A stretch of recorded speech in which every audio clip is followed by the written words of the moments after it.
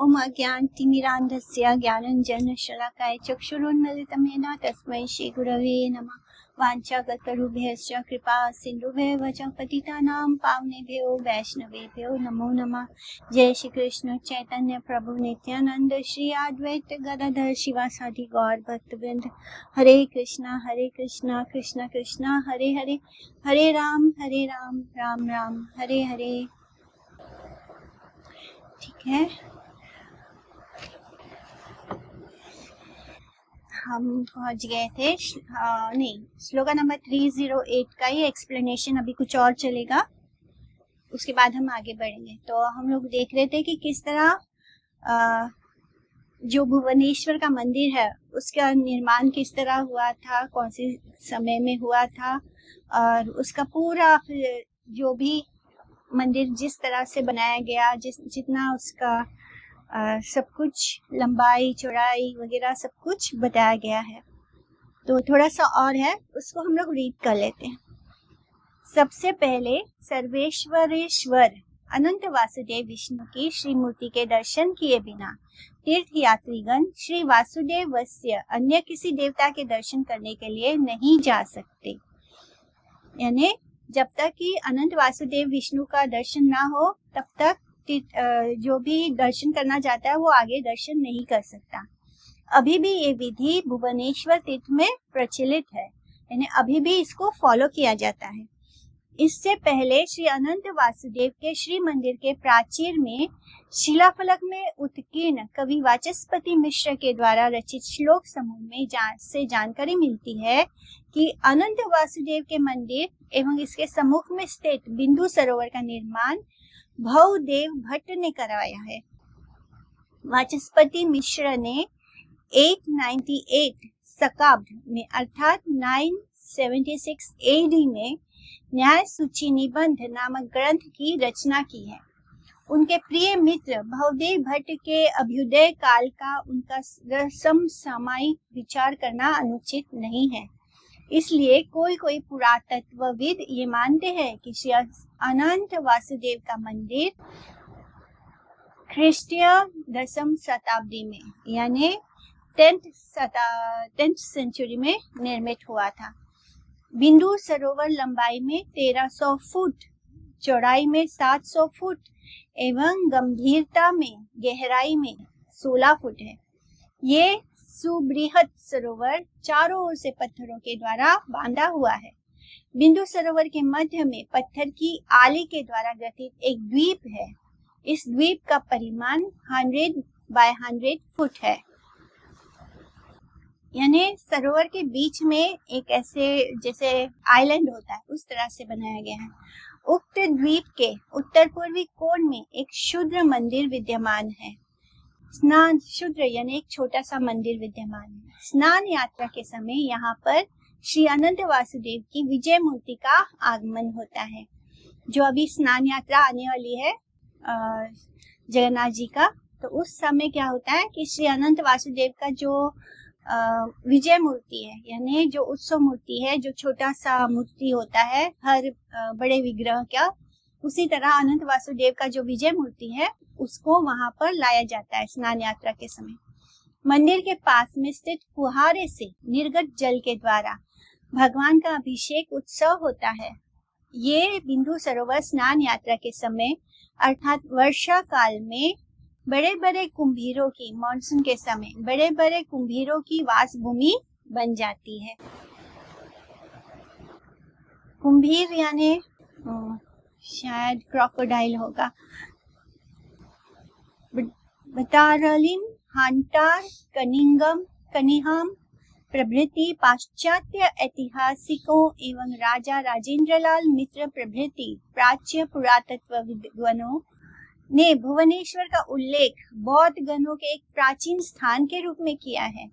यानी उन्होंने ये लिखा कि ये एक बौद्ध लोगों का स्थान है।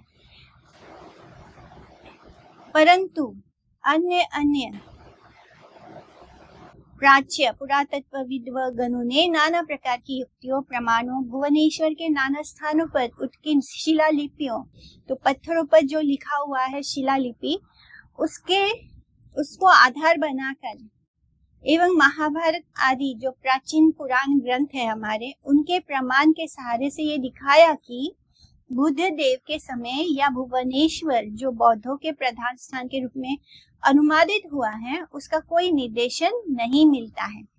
खंडगिरी एवं उदयगिरी में बौद्ध कीर्ति के जो निर्देशन मिलते हैं वे बुद्ध देव के अत्यधिक परवर्ती हैं। जिन सब पुराविद्गणों ने हाथी गुफा को बौद्ध कीर्ति के रूप में प्रचारित किया था, उनकी वह उक्ति विपर्यस्त हो जाती है, क्योंकि अब ये जैन कीर्ति के रूप में प्रमाणित हो चुकी है। हाथी गुफा की उत्कीर्ण शिलालिपि में जैन धर्मावलंबी कलिंग राज खारबेल भूपति की प्रशस्ति कीर्तित हुई है, किंतु उस जैन राज खारबेल ने कौन से समय में भुवनेश्वर में राजधानी की स्थापना की थी, इसका कोई प्रमाण नहीं मिलता। जिस हाथी गुफा को पहले बौद्ध धर्म के लिए माना गया था, बाद में क्या होता है वही स्थान को जैन लोगों के लिए हो गया। तो इस तरह वो समय के साथ साथ जो विचारधारा आते जाती है लोगों की, तो उस हिसाब से वो मंदिर में ऐसे प्रमाण मिलते हैं कि वो जैन धर्म को फॉलो करते हैं, उनके बारे में वो शिलालिपि लिखती है। शिलालिपि यानी पत्थरों पर जो लिखा जाता है, लेकिन वहां पर ये नहीं पता चलता कि आखिर कौन से सन में या किस समय में वहां पर जैन लोगों का राज्य था। किंतु उस जैन राज खारबेल ने कौन से समय में भुवनेश्वर में राजधानी की स्थापना की थी, इसका कोई प्रमाण नहीं मिलता। महाभारत में वन पर्व के 114 अध्याय में जो विवरण है, उससे जानकारी मिलती है कि गंगा सागर संगम के बाद कलिंग देश के अंतर्गत वैतरणी तीर्थ है एवं उसके तट पर ब्रह्मा का यज्ञ स्थान याजपुर, इसके बाद स्वयंभू वन, इसके बाद लवन समुद्र के समीप में स्थित महावेदी है जो पुरुषोत्तम क्षेत्र नाम से प्रसिद्ध है। इसके बाद महेंद्रचल, ये पर्वत गंजाम प्रदेश में अवस्थित है एवं परशुराम के स्थान के रूप में विख्यात है। ऊपर जिस स्वयंभू वन की बात की गई है, उस स्वयंभू शब्द का अर्थ है शंभु अथवा महादेव। यही दुर्घटनार्थ प्रकाशिनी प्रवृत्ति प्राचीन महाभारतिकाओं का अभिमत है। तो बहुत पहले से ही ये स्वयंभू वन तपस्वियों के तपस्या करने का स्थान रहा था। तो इससे प्रमाण मिलता है महाभारत से कि यहाँ पर शिव जी का ही स्थान है और जो वन है वो शिव जी का ही स्वयंभू वन है, यानी स्वयंभू यानी शंभु। तो यहाँ पर पहले से ही शुरू से ही शिव जी का स्थान रहा है और वहां पर तपस्वियों की तपस्या करने का स्थान रहा है। उत्कल खंड में वर्णित है। उत्कल यानी उड़ीसा देश को उत्कल कहा जाता है। इथामेतत् पुरा क्षेत्रम महादेवेन निर्मितम तत्र साक्षात् तुमाकांता स्थापिता परमेष्ठिना यदेच्छान्तमं क्षेत्रम तमसो नाशनम परम। प्राचीन काल में महादेव के द्वारा ये क्षेत्र निर्मित हुआ था। वहां ब्रह्मा ने साक्षात पार्वती पति को यानी शिव जी को स्थापन किया था। ब्रह्मा जी ने स्थापित किया था। उस समय से ये स्थान तमो विनाशक श्रेष्ठ शांत वक्ष क्षेत्र के रूप में उक्त हुआ है। तमो विनाशक यानी जो इग्नोरेंस को खत्म करता है, तब से ही वो स्थान उस तरह से यानी शांत क्षेत्र जहाँ पे तपस्वी अपनी तपस्या कर सके, ये शांतव क्षेत्र एकामक्र वन यानी एक आम का पेड़ है जो वहां पर बहुत, अथवा एकामक्र क्षेत्र नाम से भी परिचित है। स्कंद पुराण में उत्कल खंड में वर्णित आता है कि सा वर्तते नीलगिरिर योजनेत्र तृतीयके इंदत्वे कामक्रवनम यानी एकम आम्रवन क्षेत्रम गौरीपतेर विदु चतुर्देह स्थितोहम वै यत्र नीलमणिमय तस्योत्तरस्याम विख्यातम वनम एकाम्र काहर्यम। उत्कल देश में नीलांचल से 2 योजन उत्तरी दिशा में पार्वतीपति का क्षेत्र एकाम्र कानन यानी एक आम का पेड़ वाला कानन यानी फॉरेस्ट विद्यमान है। महाभारत के वन पर्व में कथित स्वयंभू वन ही एकाम्र क्षेत्र है, तो उसी का दूसरा नाम एकाम्र कानन है, वही महाभारत में उसको स्वयंभू वन कहा है। एवं वह बौद्ध युग से अत्यधिक पूर्ववर्ती यानी बौद्ध धर्म आने के बहुत पहले से है, ऐसा अनेक मनीषियों ने माना है। कपिल संहिता में भी श्री भुवनेश्वर देव का एक विवरण मिलता है। प्राचीन काल में काशी धाम में स्थित विश्वेश्वर ने देवर्षि नारद से कहा था कि वे काशी में अब और नहीं रहेंगे और ये काशी शीघ्र ही विनष्ट होने वाली है, खत्म हो जाएगी, क्योंकि इस स्थान पर अतिज्ञान विवल नास्तिक गण उपद्रव कर रहे हैं। तो शिव जी ने देवर्षि नारद को बोला था कि मैं अब काशी में और नहीं रहूंगा, और ये जो काशी है, जो शिव जी का स्थान है, वो बहुत जल्दी विनष्ट हो जाएगा, खत्म हो जाएगा, बर्बाद हो जाएगा। क्योंकि वहां पर बहुत सारे नास्तिक लोग आ गए हैं, यथार्थ धर्म यहाँ और नहीं रह पाएगा। तो इसलिए वहां पर मायावादियों का बहुत ज्यादा प्रभाव है काशी में, क्योंकि शिव जी पहले ही ये बात बोल चुके हैं। यथार्थ धर्म यहाँ और नहीं रह पाएगा, सभी अधर्माचारी हो जाएंगे। तो इसलिए जब चैतन्य महाप्रभु काशी गए थे तो वहां पर वो चुपचाप रहे थे और चुपचाप ही निकल गए थे, और किसी मायावादी से उन्होंने कोई वार्तालाप नहीं किया था, किसी से उन्होंने भेंट भी नहीं किया था।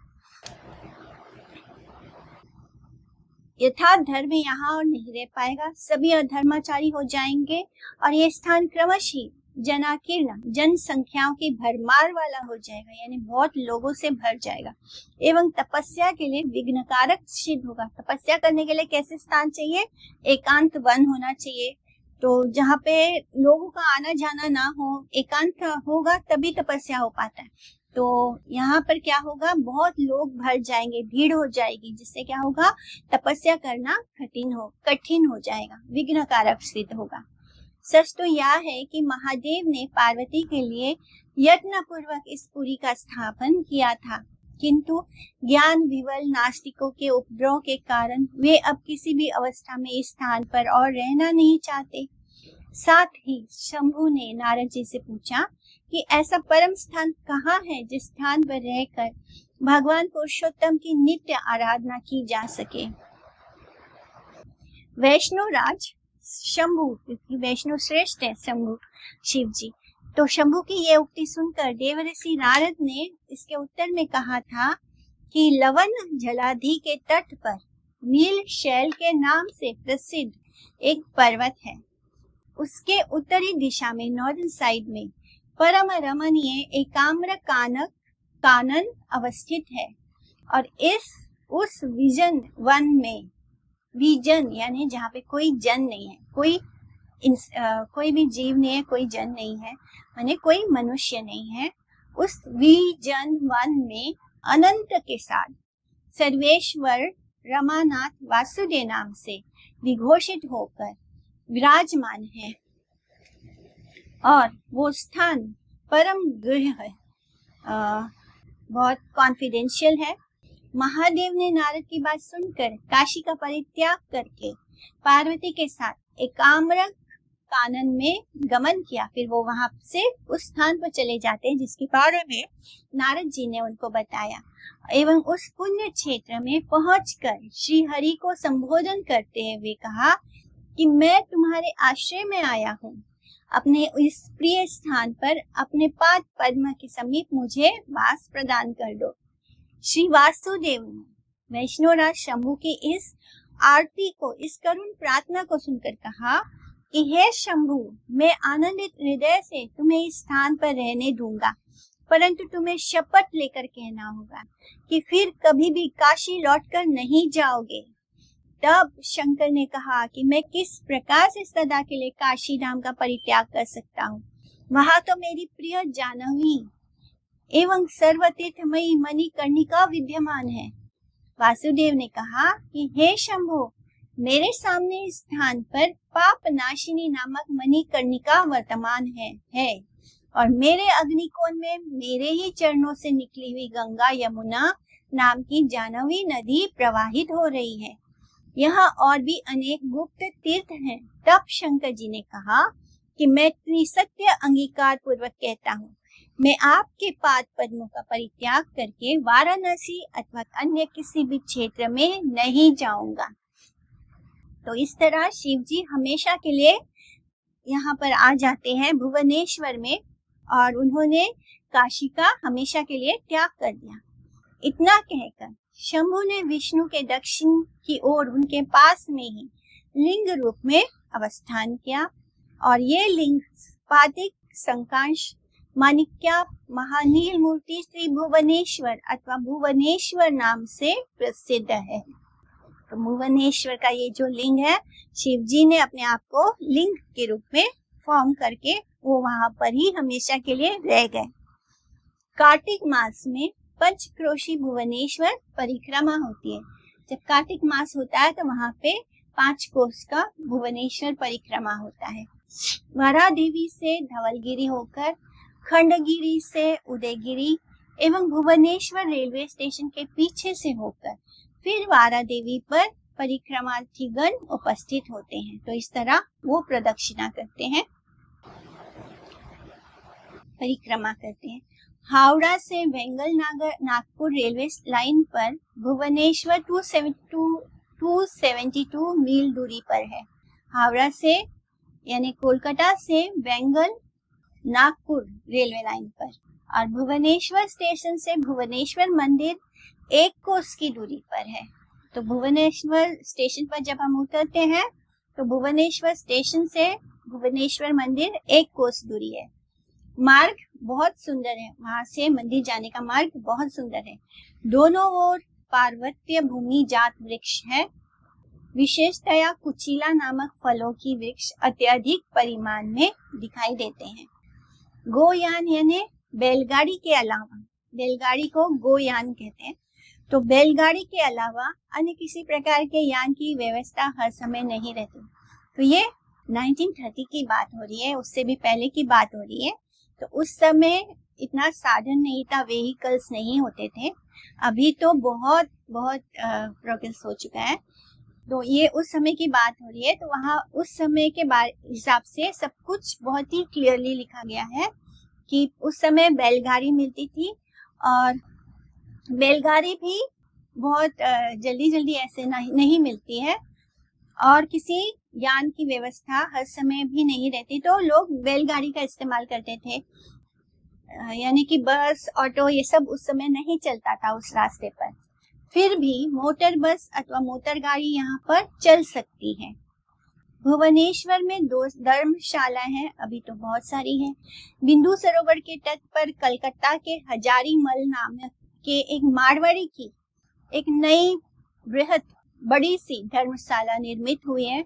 तो उस समय एक नया धर्मशाला बना था, एक मारवाड़ी, कलकत्ता का मारवाड़ी, उन्होंने बनाया था हजारीमल नाम की। और पहली धर्मशाला राय बहादुर हरगोविंद विश्वेश्वर लाल की है।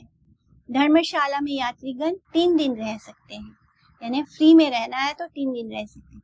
यहाँ एक दातव्य चिकित्सालय एवं टेलीग्राफ और पोस्ट ऑफिस भी है।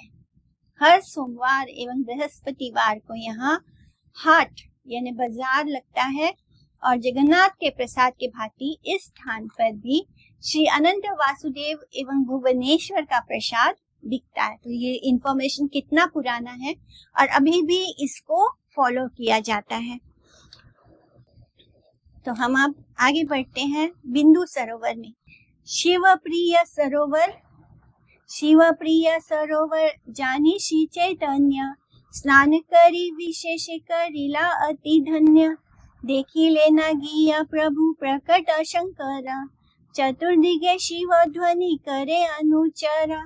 चतुर्दिगे सारी सारी घृत द्वीप जले, निरवधि अभिषेक हई ते छे जले।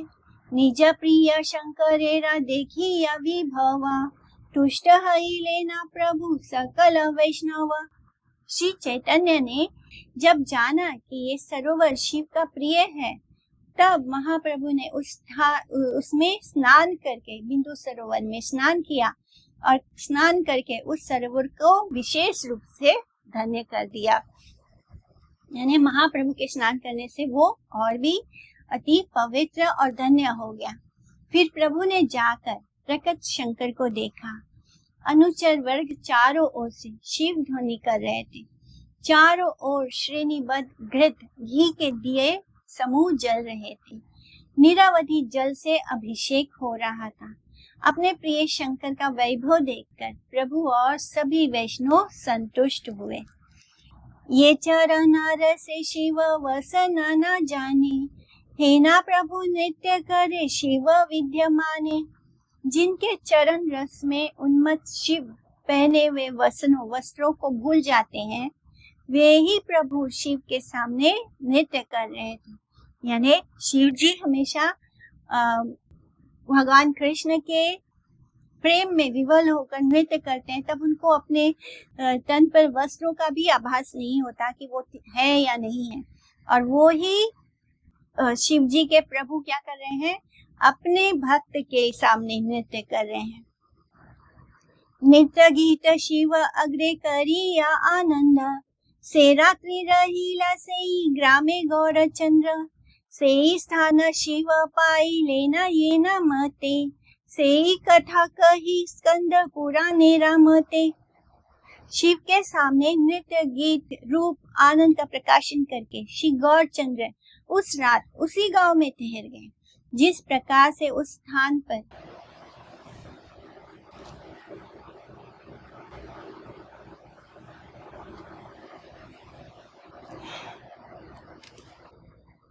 शिव के सामने नित्य गीत रूप आनंद का प्रकाशन करके श्री गौर चंद्र उसी रात उसी गांव में रुक जाते हैं। और जिस प्रकार से उस स्थान पर शिव का आगमन हुआ था, वही कथा मैं स्कंद पुराण के मतानुसार कह रहा हूँ। काशी मध्ये पूर्वे शिव पार्वती सहिते, आछिला अनेका काल परम निभृते। तबे गौरी सह शिवा गेले ना कैलास, नरराज गणे काशी कराए विलासा। तबे काशी राज नामे हैला एक राजा, काशीपुर भोग करे करी शिव पूजा। प्राचीन काल में शिव पार्वती के साथ काशी में परम एकांत अवस्था में बहुत समय तक रहे। फिर गौरी के साथ शिव कैलाश पर पधारते हैं और उधर नर राजगण काशी में राज्य करने लगे। फिर काशीराज नाम के एक राजा हुए। वे शिव पूजन पूर्वक काशीपुर में राज्य करने लगे। काशीराज के द्वारा युद्ध में कृष्ण को पराजित करने की कामना से शिव पूजा। दैवे आशी काल पाश लागी लाता हारे, उग्र तपे शिव पूजे कृष्ण जी निबारे। प्रत्यक्ष हैला शिव तपेरा प्रभावे, वर माग बलिले से राजा वर मागी। एका वर मांगो प्रभु तोमार चरणी, ये ना मोही कृष्ण जी निवारे पारोरणी। भोलानाथ शंकरेरा चरित्र आगाध, के बुझे की रूपे कार्य करे न प्रसाद। तो देव योग से वो राजा काल पाश की चपेट में आ गया। काशीराज नाम का जो राजा है वो काल पाश के चपेट में आ गया और कृष्ण को पराजित करने के लिए वो उग्र तपस्या के साथ शिव का पूजन करने लगा। वो कहते हैं कि विपरीत का जब समय खराब होता है तो हमारी बुद्धि गलत रास्ते पर चली जाती है। तो इस राजा के साथ भी कुछ ऐसा ही हुआ और उसने अपने अहंकार में कृष्ण को ही पराजित करने के लिए क्या किया, बहुत ही उग्र तपस्या की शिव जी की। तपस्या के साथ शिव का पूजन करने लगा। तपस्या के प्रभाव से शिव प्रत्यक्ष हुए, उनके सामने साक्षात प्रकट होते हैं क्योंकि उन्होंने इतना कठिन तपस्या किया था। और फिर उनसे कहा कि वर मांगो। तो कहने पर उस राजा ने वर मांगा, हे प्रभु, आपके चरणों में मैं एक वर मांगता हूँ। मुझे ऐसा वर दीजिए ताकि मैं युद्ध में कृष्ण को पराजित कर सकूं। भोलानाथ शंकर का चरित्र आगाध है। कौन समझ सकता है कि वह किस प्रकार से किस पर कृपा करते हैं। श्रीमद् भागवतम के 10th अध्याय के 10वें खंड में 66 अध्याय में काशीराज सुदक्षिणा का उपाख्यान इस प्रकार है। तो ये कथा उसमें भी आती है, श्रीमद् भागवतम के 10वें स्कंद में आता है, 10th कैंटो में। तो उसको हम पढ़ते हैं। भगवान बलराम जी जब नंद ब्रज में गए हुए थे, जब वो नंद में गए थे ब्रज में, तब अज्ञ व्यक्तियों के द्वारा प्ररोचित प्रेरित करुषाधिपति पौंड्रक ने अपने आप को वासुदेव मानकर स्वयं भगवान वासुदेव को बताया था कि वह स्वयं ही वासुदेव है और उसके अलावा और कोई नहीं है। अतएव श्री कृष्ण को वासुदेव नाम एवं सभी वासुदेव चिन्हों का परित्याग करके पौंड्रक की शरण में आ जाना चाहिए। तो ये पौंड्रक एक कथा आती है, जब पौंड्रक अपने आप को वासुदेव बनकर, यानी वो सोचता है कि वो ही वासुदेव है, वो ही विष्णु है, तो वो अपने दोनों हाथ भी ऐसे नकली लगाकर चतुर्भुज होकर वो घूमता है और खुद को वासुदेव मानता है और जाकर वासुदेव कृष्ण से कहता है कि मैं ही वासुदेव हूँ और तुमने जो वासुदेव के चिन्ह धारण कर रखे हैं तुमको वो सब त्याग कर देना चाहिए। तो परित्याग करके पौंड्रक की शरण में आ जाना चाहिए। पौंड्रक कहता है कि तुमको, मैं वासुदेव हूँ और वासुदेव को ही कह रहा है कि तुमको मेरी शरण में आ जाना चाहिए, नहीं तो उनके साथ युद्ध करें, यानी नहीं तो तुमको मेरे साथ युद्ध करना होगा। उग्रसेन प्रभृति सभ्यगणों पौंड्रक की इस आत्म श्लाघा सूचक बात को सुनकर बहुत जोर से हंस पड़े। तो जो द्वारका में बाकी सब थे वो सब जब ये सुनते हैं कि वो कृष्ण को बोल रहा है कि युद्ध करो मेरे साथ, तो ये कैसा है कि खुद ही अपने आप को मारने के लिए युद्ध करवाना है, तो ये सुनकर सभी हंस पड़ते हैं। एवं श्री कृष्ण ने पौंड्रक दूत को बताया था कि उस मूर्ख नरपति से मूढ़ता व सुदर्शन प्रवृत्ति जिन सभी कृत्रिम चिन्हों को धारण किया है वे जल्द ही उससे उन सब का परित्याग कराएंगे। एवं जब वो रण क्षेत्र में शयन करेगा तब कुकुरों की भाला भोक्ष्य होगा। इसके बाद कुकुरों का भला होगा, भोक्ष्य होगा। तो कृष्ण ने उसके पौंड्रक के दूत को ये बोलकर भेजा था कि वो जो मूर्ख नरपति बनकर बैठा है और अपने हाथों में, क्योंकि उसने अपने आप को चतुर्भुज बना रखा था और एक हाथ में सुदर्शन वगैरह कृत्रिम, यानी नकली, 2 हाथ नकली लगा रखे थे और उसमें भगवान का जो सुदर्शन चक्र है, शंख है, ऐसे धारण कर रखा था। तो कृष्ण ने कहा कि वो उसके सारे चिन्हों को जो धारण कर रखा है वो उसको जल्दी ही परित्याग करवाएंगे और जब वो रणभूमि में सोएगा तब क्या होगा, वो जो कुत्ते हैं कुत्तों का भला होगा, क्योंकि कुत्तों को कुछ मांस खाने को मिलेगा उसका। इसके बाद कृष्ण के काशी के समीप उपस्थित होने पर उनका युद्धोद्यम, जंग लड़ने का जोश देखकर पौंड्रक भी सेनाओं के साथ बाहर आ गया और उसके मित्र काशीराज ने उसके पुष्ट पोषक, सहायता करने वाला के रूप में अनुगमन किया। तो पौंड्रक का जो मित्र था काशीराज था, वो भी उसके साथ हो लिया पौंड्रक की सहायता करने के लिए। प्रलय कालीन अग्नि जिस प्रकार से 4 प्रकार के भूत ग्रामों को विनष्ट करती है, जब प्रलय होता है तो क्या होता है, प्रलय में जो अग्नि निकलती है वो सब कुछ जिस तरह से नष्ट करती है, विनष्ट करती है, उसी प्रकार से श्री कृष्ण भी अस्त्रों के द्वारा पौंड्रक एवं काशीराज की चतुरंग सैन्य मंडली को विनष्ट करने लगे। इसके पश्चात उन्होंने पौंड्रक से कहा कि जो उसने मिथ्या वासुदेव नाम धारण कर रखा है उसका वे परित्याग करवाएंगे, नहीं तो संग्राम करने की इच्छा ना होने पर वे पौंड्रक के शरणागत हो जाएंगे। इतना कहकर कृष्ण ने तीक्ष्ण शरों द्वारा पौंड्रक का रथ विनष्ट करके सुदर्शन चक्र द्वारा उसका सर मस्तक काट डाला एवं काशीराज का सर भी देह से अलग करके एवं काशीपुरी में निक्षेप करके द्वारका में प्रवेश किया। और सदा श्रीहरि जैसा वेश धारण करने के कारण एवं कृष्ण चिंता हेतु पौंड्रक को मोक्ष प्राप्ति हुई थी। तो पौंड्रक और काशीराज दोनों मरते हैं क्योंकि कृष्ण ने दोनों का ही सर धड़ से अलग कर दिया। एंड पौंड्रक ने क्या किया, जाने अनजाने उसने क्या किया, वो हर समय वासुदेव के बारे में सोचता था, वासुदेव का रूप बनाकर रहता था। उसके कारण क्या हुआ, उसको मोक्ष प्राप्ति हुई क्योंकि उसका कॉन्शियसनेस वासुदेव में चला गया। तो जो भगवान के साथ होता है और उनकी चिंतन करता है उसका भी भला होता है, जो भगवान के अगेंस्ट होता है और अगेंस्ट होने पर भी वो उनकी चिंतन करता है उसका भी भला होता है। तो इसलिए बोलते हैं कि Krishna is all auspicious. Kashi Raj का छिन्न मस्तक देखकर उसकी महिषी, उसकी वाइफ, पुत्र एवं बांधु आदि सब रोने लगे। जब काशीराज का छिन्न मस्तक यानी कटा हुआ सर देखा तो महिषी यानी उसकी जितनी भी वाइफ्स थी वो सारी, पुत्र, उसके जितने पुत्र थे, उसके जितने भाई बंधु थे, वो सब उनका कटा हुआ मस्तक देखकर रोने लगे।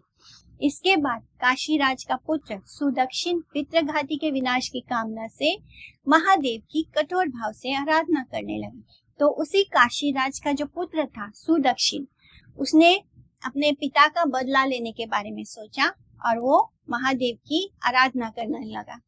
महादेव ने संतुष्ट होकर तब उसको वर देने की इच्छा प्रकट की। तो उसने पिता के हत्यारे के वध का क्या उपाय है ये जानने की प्रार्थना की। तो महादेव ने उसे अभिचार विधान अनुसार दक्षिणा अग्नि की परिचर्या करने का आदेश दिया। उसके उस कार्य के समाप्त होने पर अति भयंकर अग्निमूर्ति हाथों में प्रदीप्त शूल लेकर यज्ञ कुंड से उपस्थित हुई। तो उसने शिव जी की आराधना की। आराधना करने से शिव जी प्रसन्न होते हैं और फिर उससे कहते हैं कि अपना वर मांगो। तो उसने क्या बोला कि मुझे अपने पिता के हत्यारे का वध करने का उपाय बताइए। तो इस तरह वो उपाय बताने के लिए महादेव ने उसको बोला कि तुम विधान अनुसार दक्षिण अग्नि की परिचर्या करने का आदेश दिया, यानी दक्षिण अग्नि की सेवा करो। और उसके उस कार्य के समाप्त होने पर क्या हुआ, भयंकर अग्नि मूर्ति हाथों में प्रदीप्त शूल लेकर, हाथों में भयंकर अग्नि का शूल लेकर यज्ञ कुंड से उत्थित हुई और अग्नि उसके सामने प्रकट होती है और द्वारका की ओर गमन करने लगा। और उसे देखकर भयभीत होते हुए द्वारकावासी अक्ष क्रीडारत श्री कृष्ण के समीप उपस्थित हुए। द्वारकावासी जल गए। तो वो अग्नि कहाँ गई, उस अग्नि और वो जो उसके पिता का उसका जो पुत्र है सुदक्षिण, उन्होंने द्वारका में प्रवेश किया कृष्ण को मारने के लिए। तो जितने द्वारकावासी थे वो सब उस भयंकर अग्नि को देखकर डर गए और कृष्ण के सामने आते हैं और कृष्ण से प्रार्थना करते हैं। श्री कृष्ण ने उन सबको अभय प्रदान करते हुए उस महेश्वरी कृत्या का विनाश करके, तो जो अग्नि है वो अग्नि साक्षात स्त्री के रूप में है, तो उस अग्नि को विनाश करने का वचन दिया अपने सभी द्वारकावासियों को। और महेश्वरी कृत्या का विनाश करने के लिए उन्होंने सुदर्शन चक्र को आदेश दिया। सुदर्शन के प्रभाव से अभिचारी कृत्या अग्नि प्रतिहत होकर वाराणसी की ओर लौट पड़ी और पुरोहित गणों के साथ सुदक्षिण को भी जला डाला। तत्पश्चात यानी सुदर्शन चक्र के प्रभाव से क्या हुआ, उसने जो भेजा था कृष्ण को मारने के लिए, जो अग्नि स्वरूपा, वो वापस वाराणसी की ओर लौट गई और उसने वहां पर सुदक्षिण ने भेजा था सुदक्षिण को ही जला डालती है। तत्पश्चात सुदर्शन ने भी वाराणसी पुरी में प्रविष्ट होकर समग्र पुरी को दग्ध करके जलाकर फिर से श्री कृष्ण के समीप प्रत्यागमन किया, वापस लौट आता है। जो सुदर्शन चक्र है उसने पूरे वाराणसी पुरी को जला दिया और उसको खत्म करके श्री कृष्ण के पास वापस आता है। तारे बलि लेना राजा चला युद्धे तुम्ही, तोरा पाछे सर्वगण सह आछी आमी, तोरे जीने वे कहेना कारा शगति आछे, पशुपता अस्त्र लई मुई तोर पाछे। शिव ने उससे कहा, राजा तुम युद्ध के लिए आगे बढ़ो, मैं सभी गणों के साथ तुम्हारे पीछे उपस्थित हूँ। ऐसी शक्ति किसमें है कि तुम्हें पराजित कर सके। पशुपत अस्त्र लेकर मैं तुम्हारे पीछे हूँ। तो आत्मवंचनाकारी राजा को आसुरिक तपस्या के फल के रूप में शिव का वांछनमय वरदान, उसने क्योंकि शिव जी की आराधना की थी उस राजा ने, तो उसको शिव जी ने कहा कि तुम अब युद्ध के लिए आगे बढ़ो, मैं तुम्हारे पास पीछे ही हूँ और किसी में इतनी शक्ति नहीं है कि वो मेरे पशुपति अस्त्र का को पराजित कर सके। पाई शिवेरा बल से मूढ़मती चालीला हरिष युद्धे कृष्णेरा संहति। तो वो मूढ़मती शिव, काशीपुरी का राजा, वो मूढ़मती शिव का बल पाकर हर्ष के साथ, खुशी के साथ कृष्ण से युद्ध करने के लिए चल पड़ा। अनुचर सहित शिव के द्वारा राजा का पक्षावलंबन। शिव चाली लेना तारा पाछे सर्व गणे, तारा पक्ष हई युद्ध करी वारा मने।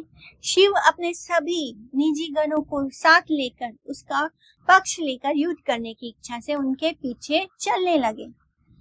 विष्णु के द्वारा सुदर्शन निक्षेप। सर्वभूत अंतर्यामी देव की नंदना, सकल वृत्तांत जानी लेना शेषना। जानिया वृत्तांत निज चक्र सुदर्शना, एरी लेना कृष्ण चंद्र सबारा दलना। सर्वभूत अंतर्यामी देव की नंदन यानी कृष्ण उसी क्षण सब कुछ जान गए और सब जानकर कृष्ण चंद्र ने सबका दलन करने वाले अपने सुदर्शन चक्र को छोड़ दिया। सुदर्शन चक्र के द्वारा काशीराज का मुंडपात, सिर को धड़ से अलग करना एवं काशी का दग्धीकरण यानी काशी को जला देना। कारो अव्याहति नाही सुदर्शन स्थाने, काशीराज मुंड गिया कटिला प्रथमे। शेषे तारा संबंधे सकल वारा